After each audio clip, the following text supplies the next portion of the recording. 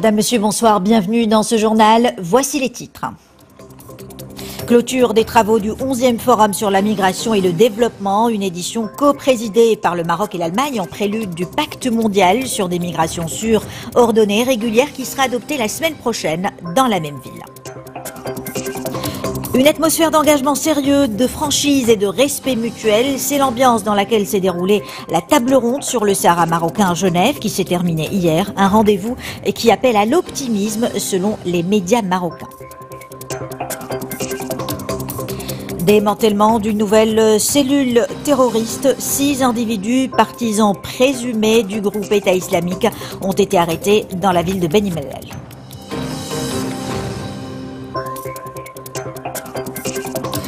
Nous irons au Festival international du film de Marrakech pour découvrir VRI, une pièce chorégraphique du Suisse Gilles Robin qui se joue sur une scène virtuelle avec des danseurs dans un décor fantastique.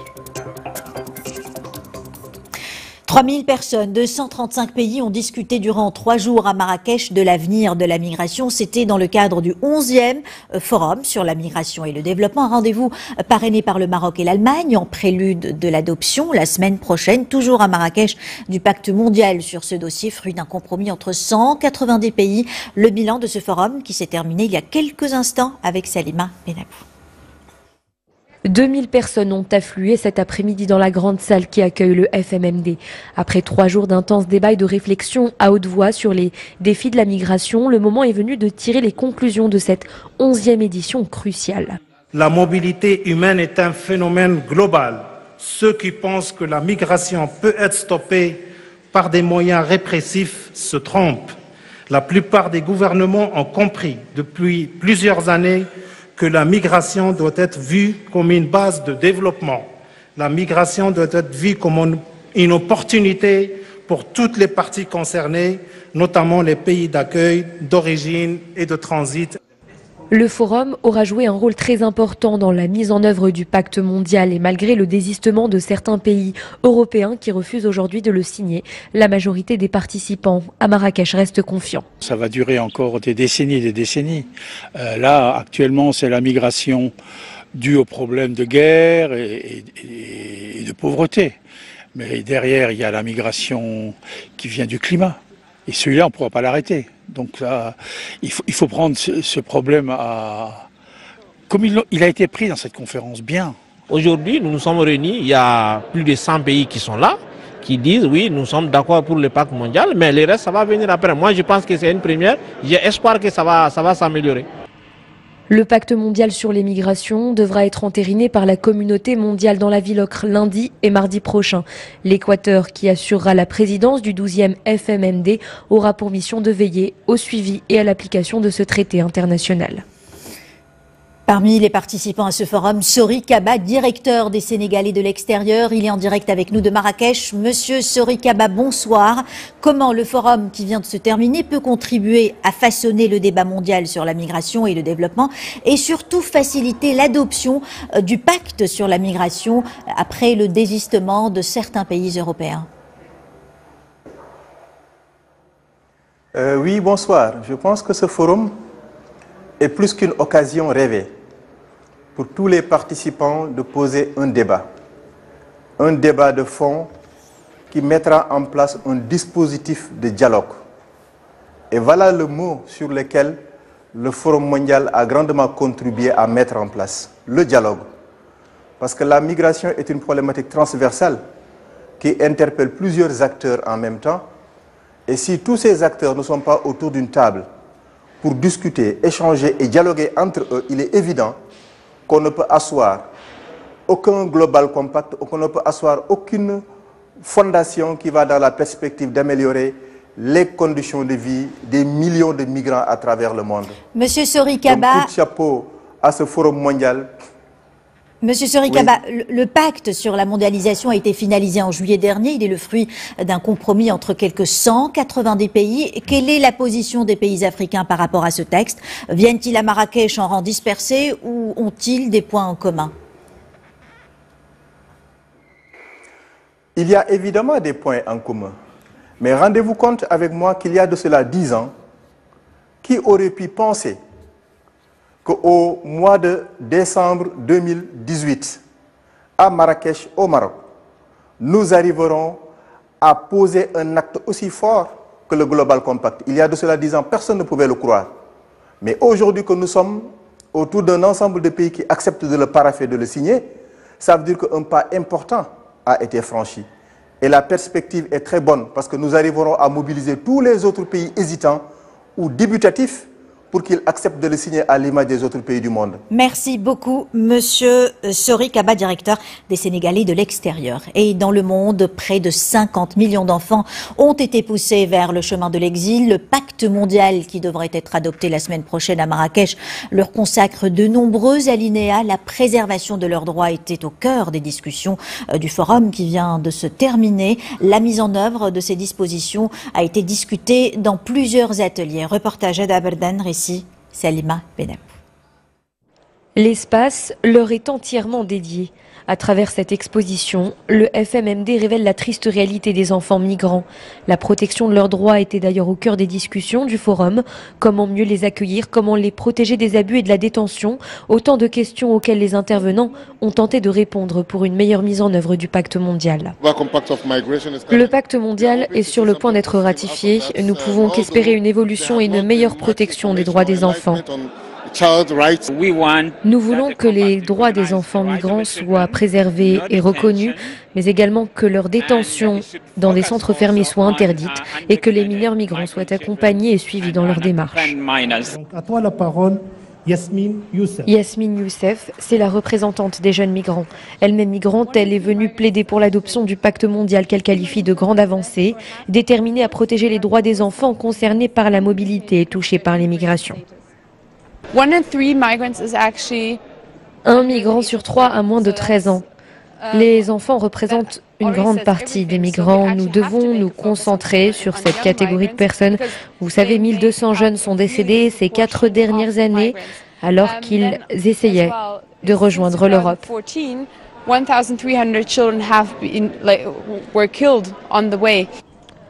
D'après l'Observatoire international pour les migrations, le monde compte aujourd'hui 258 millions de migrants, parmi lesquels au moins 80 millions sont des enfants. Et les migrants clandestins traversant la Méditerranée ne pourront plus compter sur l'Aquarius pour les sauver en cas de dérive.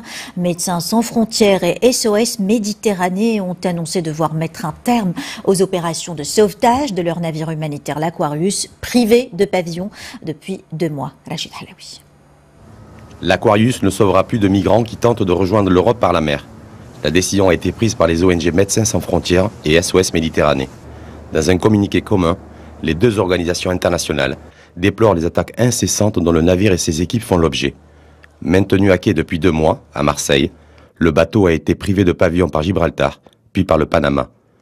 Depuis le début de ces opérations, il y a 2 ans, l'Aquarius a porté assistance à près de 30 000 personnes.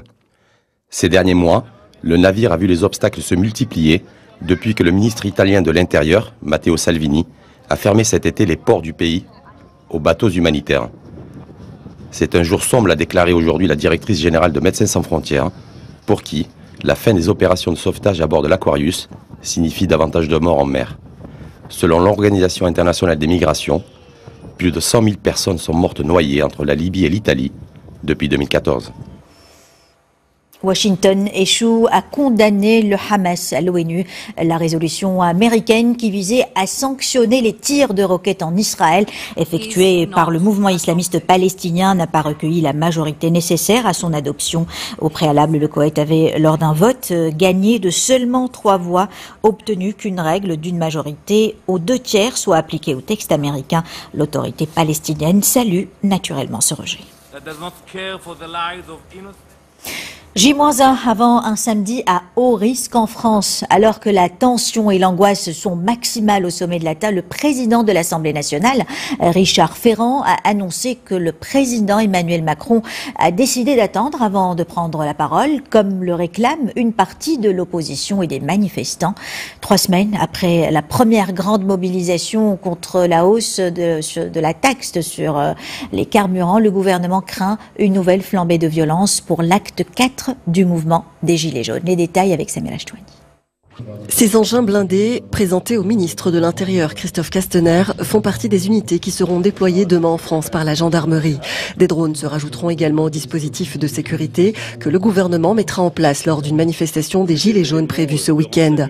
Pour le ministre de l'Intérieur, tout laisse à penser que des éléments radicaux tenteront de se mobiliser, a-t-il déclaré aujourd'hui devant les médias.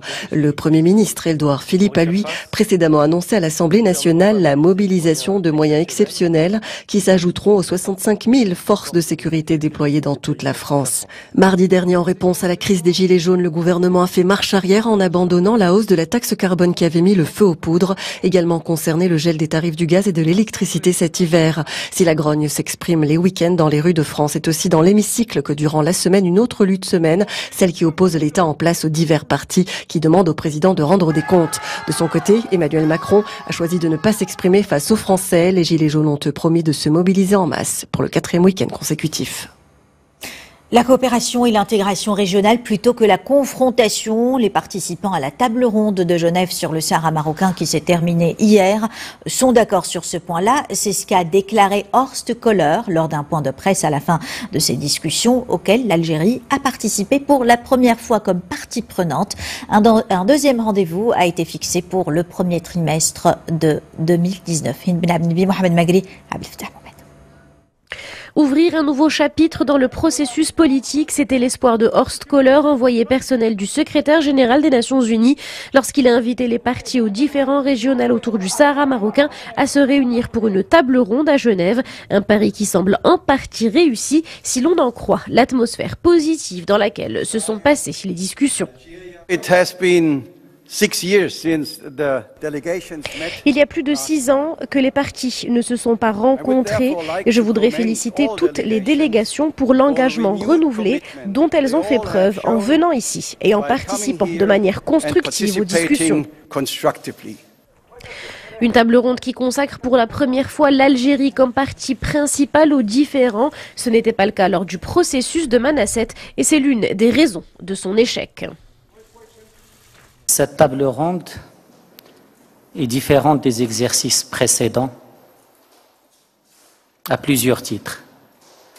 D'abord par son tour de table, puisque pour la première fois, toutes les parties prenantes ont été présentes et ont participé activement à la discussion. Parmi les membres de la délégation marocaine, 3 élus des provinces du Sud sont venus porter la voix des populations locales au cœur de ces discussions. Notre participation en tant qu'élus vient démontrer la légitimité de la voix des populations des provinces du Sud qui sont les premières concernées. C'est une première car auparavant, les élus ne participaient pas aux discussions comme celle tenue à la table ronde d'aujourd'hui.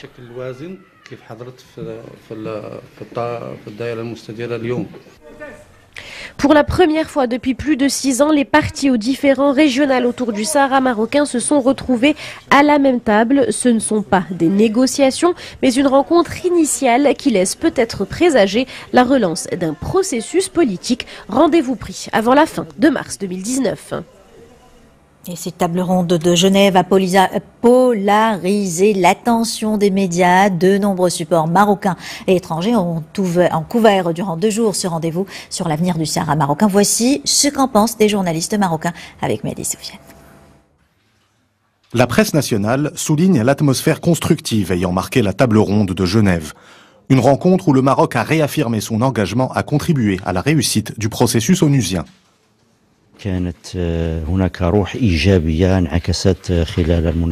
Cette rencontre s'est déroulée dans un esprit positif, avec un référentiel clair.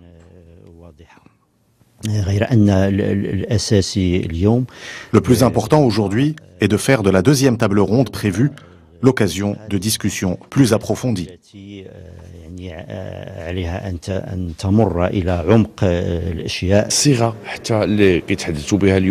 déclarations ayant suivi la table ronde insistent sur la bonne foi et la confiance avant de passer à l'étape visant à trouver une solution basée sur le compromis sous l'égide de l'ONU.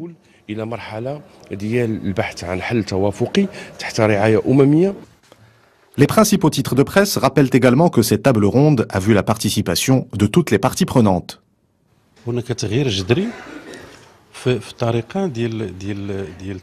Il y a un changement majeur dans l'approche onusienne. Il ne s'agit plus de négociations entre deux parties. Ce sont aujourd'hui des discussions entre toutes les parties prenantes, dont l'Algérie. La presse nationale souligne aussi l'importance de la participation à la table ronde de Genève des élus des provinces du Sud. Je vous le disais en titre, une nouvelle cellule terroriste a été démantelée. 6 individus partisans présumés du groupe État islamique ont été arrêtés dans la ville de Bnimla. Les détails avec Rachid Halawi, Ibrahim Salek. C'est un nouveau coup de filet antiterroriste. Les éléments du bureau central des investigations judiciaires ont procédé ce matin au démantèlement à Bni Mellal d'une cellule terroriste composée de 6 individus partisans présumés de Daesh. Des profils extrémistes soupçonnés de préparer des projets terroristes au Maroc. Cette opération a également permis la saisie de matériel électronique, d'armes blanches, de livres et de publications faisant l'apologie de l'idéologie extrémiste du groupe terroriste et incitant à la violence.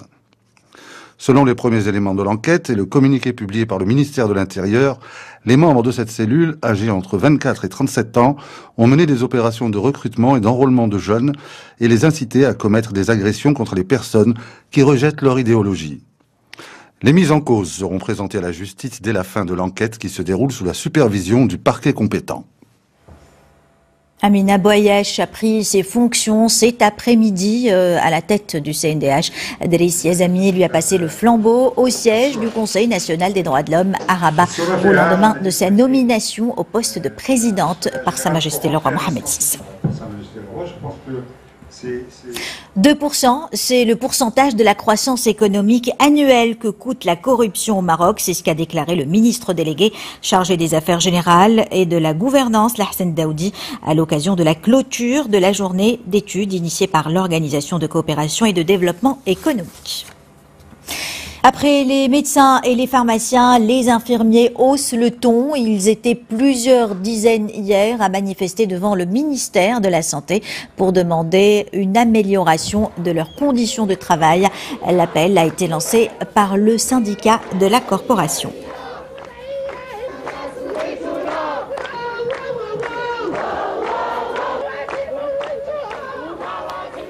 C'est un fait, en hiver, quand il fait froid, on a beaucoup moins soif qu'en été et on boit moins.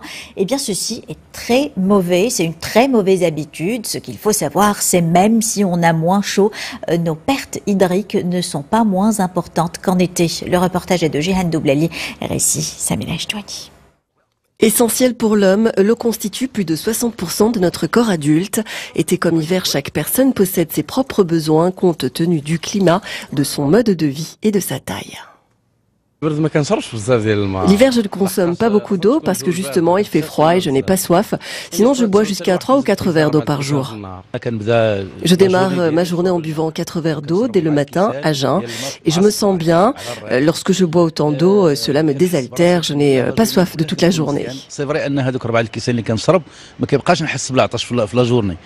Les institutions internationales recommandent de boire 8 verres d'eau par jour, soit environ 2 litres, voire un peu plus pour certaines personnes, un geste souvent négligé. Nous ne devons pas attendre d'avoir soif pour boire de l'eau car nos organes nécessitent un apport en hydratation pour évacuer les toxines et renforcer notre système immunitaire. Consommer de l'eau toutes les 2 heures permet selon la communauté scientifique de protéger nos organes, notre cerveau et surtout d'éviter toute déshydratation prononcée, à éviter également la surconsommation de ce précieux liquide. En effet, dépasser les recommandations peut devenir source de complications plus ou moins graves. De la chorégraphie dans un festival de cinéma pour terminer ce journal. En marge du FIFM, le public a pu vivre hier une expérience d'immersion en réalité virtuelle, VRI, une pièce chorégraphique qu'on doit au grand chorégraphe suisse Gilles Jobin, qui a uni son talent à l'ingéniosité technologique des artistes techniques de la fondation Artanim. Une technologie en mouvement où le spectateur transformé en avatar partage une scène virtuelle avec des danseurs dans un décor fantastique. Reportage Samia Halissi, Sonia Touhaibi. De l'extérieur, le visiteur non averti se demandera ce que peuvent bien faire ces personnes, mais une fois le dispositif technologique endossé, il les verra s'introduire dans l'univers magique de la réalité virtuelle immersive, une création de la compagnie Gilles Jobin qui invite le public à une incroyable expérience visuelle, sensorielle et tactile. Grâce à ce dispositif, ils sont traqués par 16 caméras infrarouges et dans cet espace de 8 mètres par 5, ils voient leur propre corps sous forme d'avatar. Ils peuvent se déplacer librement dans l'espace. Donc c'est une technologie assez avancée où c'est un petit peu, si vous voulez, comme se retrouver à l'intérieur d'un jeu vidéo où tout d'un coup cette espèce de fantasme de pouvoir se retrouver immergé dans un monde numérique. Quand je vois les résultats, je me rends compte que c'est une fois de plus la danse comme art. Ça s'intègre énormément bien avec les nouvelles technologies. Une pièce dans laquelle 5 spectateurs deviennent les acteurs d'un merveilleux ballet. Transformés en avatars, ils changent de corps et évoluent dans un monde fantastique où de gentils géants les observent de haut pendant qu'ils accueillent de minuscules lutins au creux de leurs mains. Et c'était bien, c'était une expérience magnifique. On n'a pas manqué. En tant qu'étudiant en audiovisuel, je me réjouis de l'arrivée de ces nouvelles technologies. Si on les intègre dans le cinéma marocain, on pourra vraiment évoluer. Un spectacle développé en marge des plus grands festivals de cinéma du monde, présenté pour la première fois au FIFM, une pièce qui interroge la perception de notre réalité et de notre propre corps. Impressionnant en effet. C'est la fin de ce journal dont je vous rappelle l'une des principales informations. 3000 personnes de 135 pays ont discuté durant 3 jours à Marrakech de l'avenir de la migration. C'était dans le cadre du 11e forum sur la migration et le développement. Un rendez-vous parrainé par le Maroc et l'Allemagne en prélude de l'adoption la semaine prochaine, toujours à Marrakech, du pacte mondial sur ce dossier. Le bilan de ce forum qui s'est terminé il y a quelques instants a été donné. Voilà pour l'information de ce vendredi. Merci de votre fidélité. Le prochain point sur l'actualité avec Hicham Rafaoui à 21h. Demain, vous retrouverez Hassan Benbel. Excellente semaine à tous.